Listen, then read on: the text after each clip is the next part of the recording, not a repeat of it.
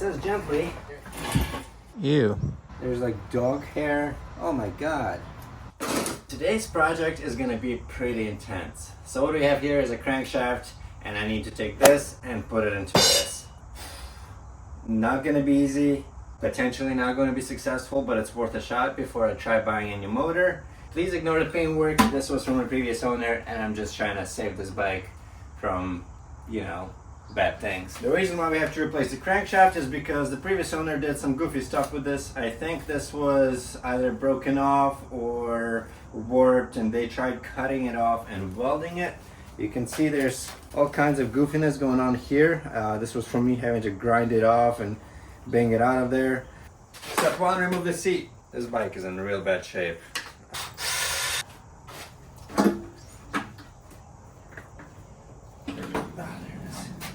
Well, the tank is off, so that's step two.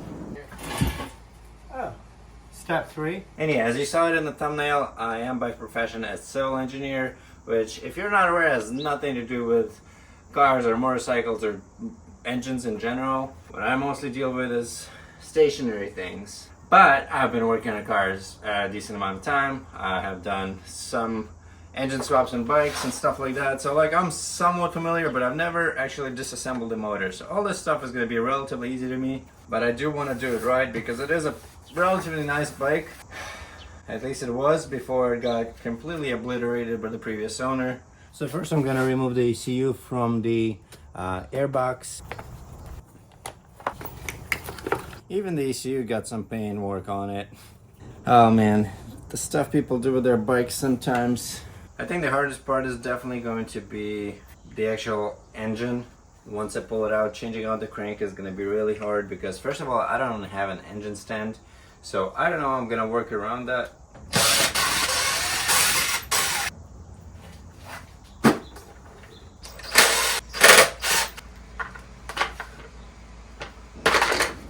So I'm not sure what the best way to disconnect the throttle cable be. What I want to try and do is see if I can take off this bracket. There's definitely many ways to do this, and I'm not sure what the right one is. Could be a terrible idea, could be a good idea.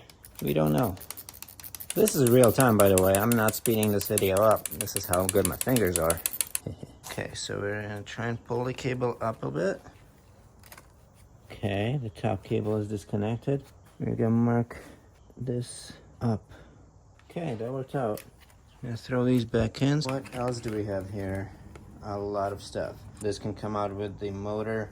I'll have to disconnect all these coils, the injectors, and all the various sensors. But I am gonna do my best to do things relatively right, but also efficiently. There's a connector on here that doesn't really want to let go, mainly because of all the paint all over it. Not really sure what to market this. I don't really know what it is, but we're gonna go with, like, I don't know, air purge, evap, valve, by coils. Let's hope this is gonna be good enough for the future me.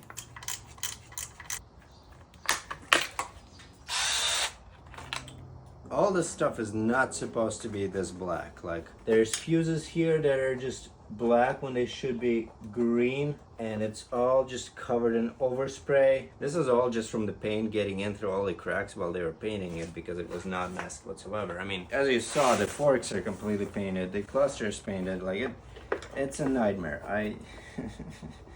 Like, when I start thinking about the amount of work I'm gonna have to do when it comes to the paint work, like, I am losing my mind and want to throw myself off a bridge. But for now, we're just powering through and doing things one at a time. So in order to get rid of this positive cable, I'm going to disconnect it from right here. I don't know what color Triumph coolant is supposed to be. This stuff is bluish. Almost seems like everything is disconnected. Yeah, I'm not loving the look of this coolant, not gonna lie. Luckily the oil looks okay. I don't see any metal shavings in there or coolant.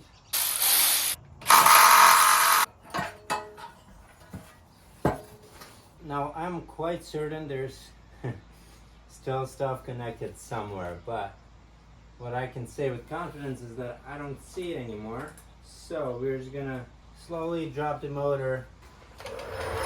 Instead of trying to pull the engine from under the frame, I'm going to pick up the frame and lift it away from the motor. Now that all of the engine mounting bolts are removed, I need to remove the sleeves that are inside of here. Triumph makes a special tool for these, but I found that, it's really unnecessary to use anything special for this. As you can see, one of these super cheap wrenches that come with like your new furniture and stuff fit perfectly in here and rotate the sleeve out. Okay. Didn't really mean for that to happen, but at least we can kind of see that the engine is free. So based on how this is going, what do you think? Am I going to be able to take apart this motor, replace the crankshaft, and put it all back together?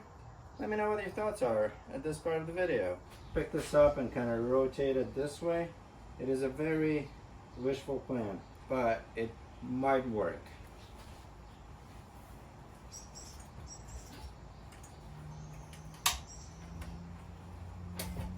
Something is caught something. Don't know what it is.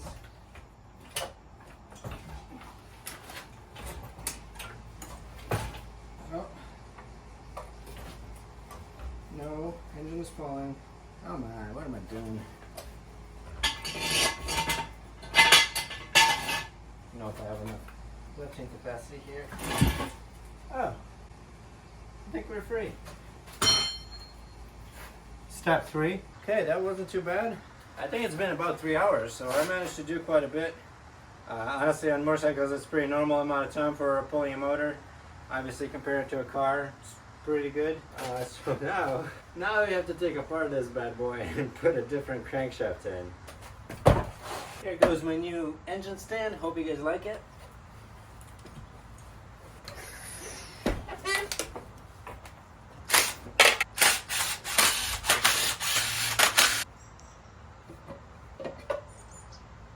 I don't know if this is supposed to be in here. Ew. Oh, there's all kind of crud in there. Oh no, are these chunks of metal? Oh no. I guess I'm just gonna rinse this out and keep on going. I don't like this. Not a big fan of how this started. Alright, let's do the clutch.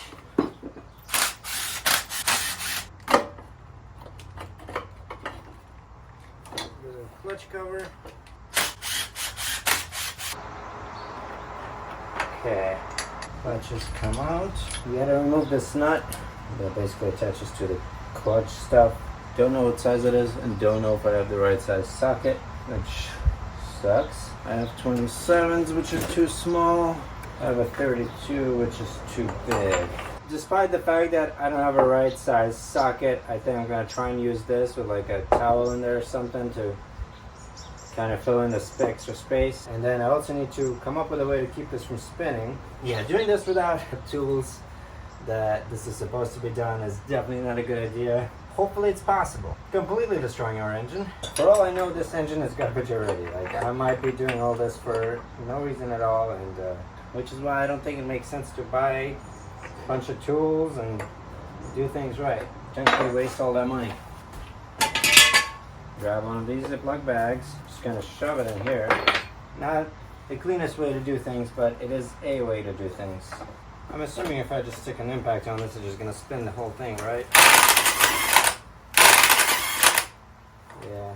What I'm gonna do is try and stick this towel into here, a rag, whatever you wanna call it. And potentially, that will just kinda get this thing stuck and I'll be able to take this nut off. Okay, this doesn't really seem to work very well.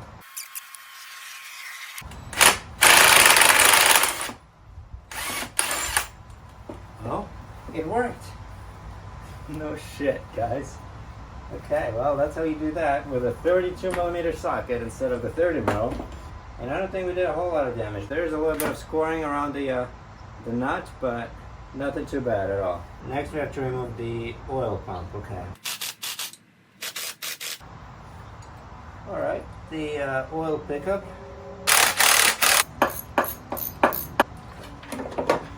Look at that, it decided to help me out. I think there's some debris in there. Red RT. Oh god, no, never mind. There's definitely a lot of stuff in here. Oh no. Oh no. There's like dog hair. Oh my god. What the hell happened here? Tell me this isn't dog hair. It definitely is, and I know the previous owner does have dogs.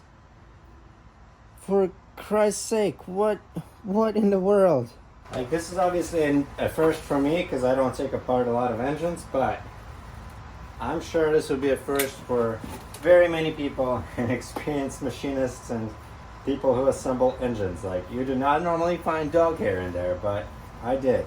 So that just gives you an idea of how likely I am of getting this bike into a good running condition. Oh man, this is gonna be interesting.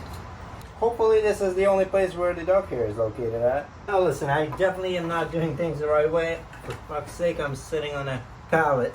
But I definitely wouldn't get dog hair inside a motor. Next, bolt securing the coolant inlet elbow to the crankcase. This one right here. Coolant outlet. So that would be this guy right here. This is not supposed to be blue. This is just some kind of a build-up from the coolant, which honestly looked like windshield washer fluid to me. Okay, so this is our timing chain between the camshaft and the crankshaft, and this is what we want to remove and ultimately replace. This guy right here. To do that, we have to remove this, and this is what I was stuck on previously. Alright, so the directions say slide the clutch outer drum assembly gently backwards and forwards to dislodge the inner bearing sleeve. So it says to gently slide this back and forth. I don't know how possible that is. Believe it or not, I'm not too optimistic about this methodology. I don't know if I should be doing this, but I see no other options. It says gently, and I already tried that. Theoretically, this is supposed to just slip out. Like, in the video, this wasn't as seized up as it is for me. I don't think this is supposed to be this stuck.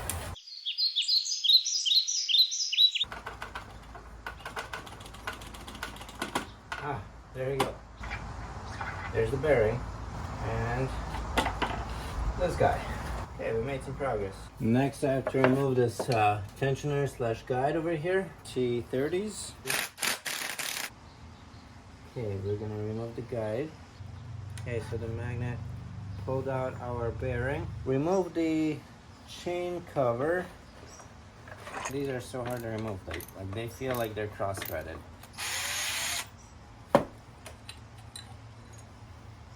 Using a suitable tool, slide the dowel upwards. A suitable tool, that is, whoa, suitable tool. There you go, came up. Carefully withdraw the oil pump from the crankcase. Remove and discard the O-ring from the inlet sleeve on the water pump body. There we go, ow. Okay, so just needed to give it some pressure. Pull the motor, remove the sump pump, engine covers, clutch, and the oil pump. So now all of that is done. And basically our next step is to remove the 26 bolts that hold the cases together. Ain't that fun? And I believe that's basically all of these guys on the inside as well as on the outside. But it's cool, you can see all the gears here. I know I'm a nerd, but some cool stuff. So there is a very specific sequence as to which bolt needs to be broken loose when. Based on what Triumph says, if we don't follow this loosening procedure, we will risk doing severe damage to the cases. So we definitely don't want to do that. Let's see, where's number 7? Number 7, oh no, I did number 7. Where's number 8?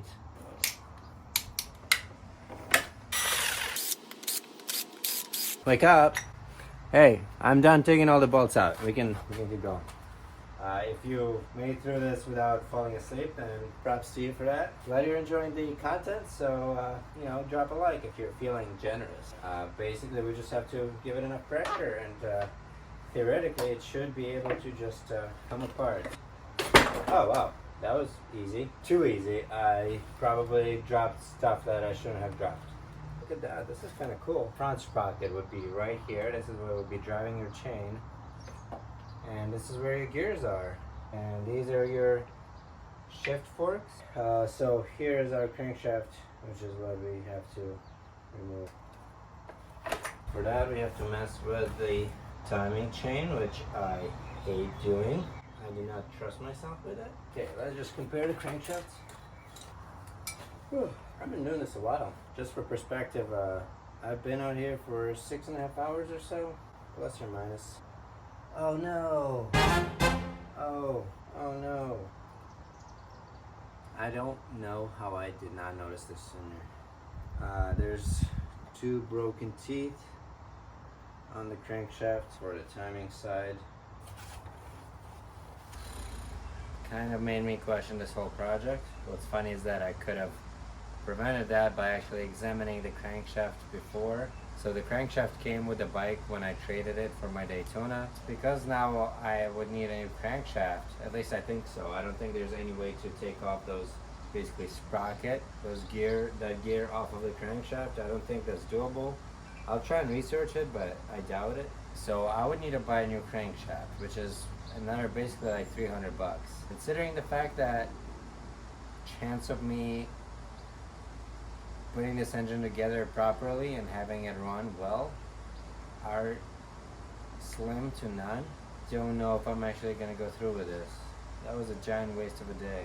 My Daytona also needed a large service, however it wasn't as bad as this. It needed cases to be split. My gears were having issues. Basically, I think it was a pretty bad trade, especially considering the fact that the previous owner seems to be very, very dodgy and sketchy. And he showed up with no title, said he forgot it. And then I was like, whatever, I mean, I drove 3 hours here, we might as well just do the trade. And I expected him to mail me the title, but he never did. I've texted him about it. He seems to have some kind of excuse every time.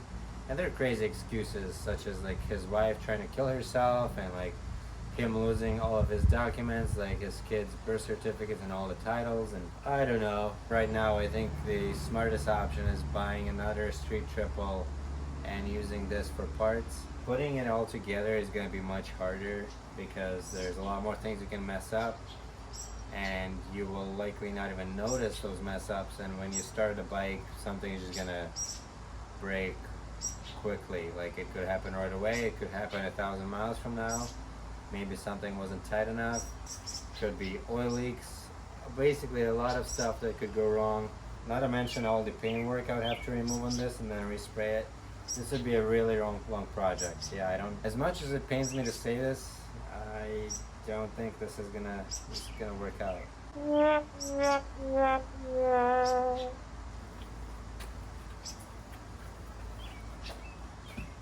At least I'll have one useful thing done today. Thanks for tuning in. I'm sorry this video didn't turn out to be what I wanted it to turn out. Sometimes you don't really get to choose.